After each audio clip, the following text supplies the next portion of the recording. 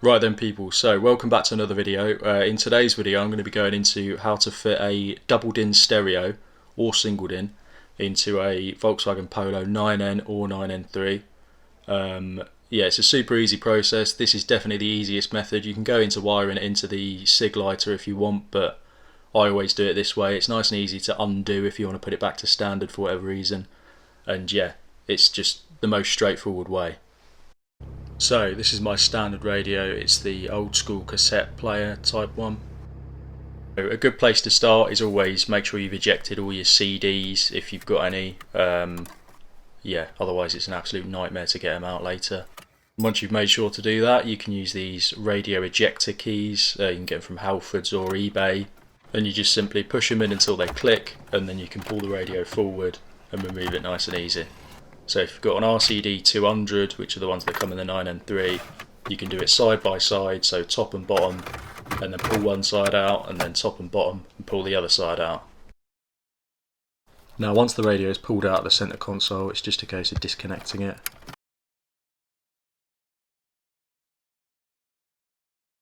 So as you can see, this is the Kenwood wiring harness with the little, it's sort of an adapter from the standard two ISO plugs.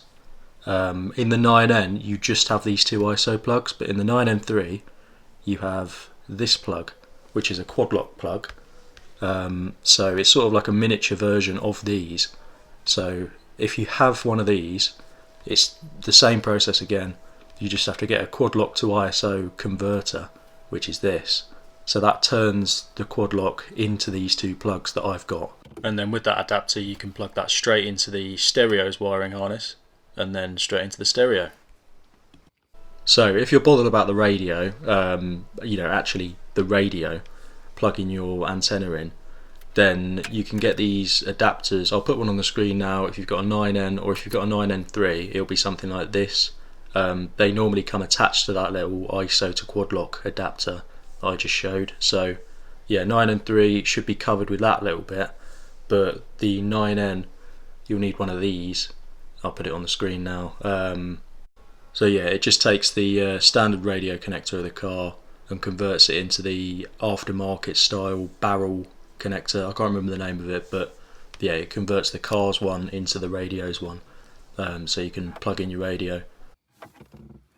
So for the next step of the process, you're going to need a little mini blade connector, or I call it a piggyback fuse, and then a length of wire. You can have those piggyback fuses from Halfords for only about £4, and then the length of wire, I just put a little barrel on the end.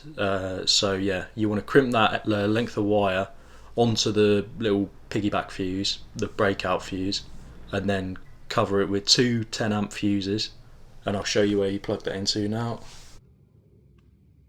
So yeah, pop the door off your fuse box, and then you have access to all your fuses. Normally you've got a little fuse puller, but my car didn't come with one. But yeah, it's just this little top fuse there. It's for the rear wiper, but it's only live when the ignition's on, which is exactly what you want. So yeah, pop the little breakout fuse in place of that fuse, and then you can pop this little door down in the dash to give you a bit better access so you can feed the wire through. And then yeah, just feed the wire across. You can see it pop out there.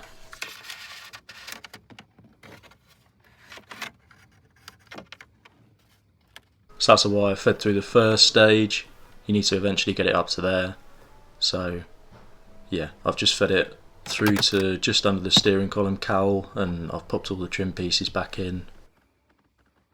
And that's it fed over just to like above the clutch. And then you can reach your hand down and grab it and pull it up and through. So this is what's going to give your radio the indication whether you've turned the key on or off, so it knows whether to turn off or stay on. Otherwise your radio will be live all the time. So yeah, normally you get these little little barrel jack style connectors on the red and yellow wires. So you just pop that one off, pop your length of wire into the red one, and yeah, that's it in terms of wiring. It's that simple. Yeah, if you don't have those two little barrel connectors, you can just cut it and join it, which is equally as easy. And then you can slip your cage in, You can push these little pins through. I never normally bother because, you know, it's just an old radio. But yeah, once you've done that, you can slide your radio in through the cage like that, and it should click in nicely. And then pop your fascia on, a little surround, and then it's nice and neat, and that's it all fitted. So if you turn the ignition on, you should see everything else come to life, and then hopefully the radio will turn on, which this one has, which is good. So we've done everything right, and yeah, that's it all working, all fully sorted.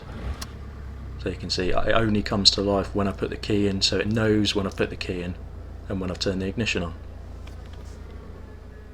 And also make sure that it turns off when you take the key out, and as long as it does those two things, then you've done it all correct and you can enjoy your new radio. So yeah, thank you very much for watching. I really hope this was helpful, and yeah, remember to subscribe. I'll keep posting more stuff like this. I've got loads more stuff to do on this little Polo.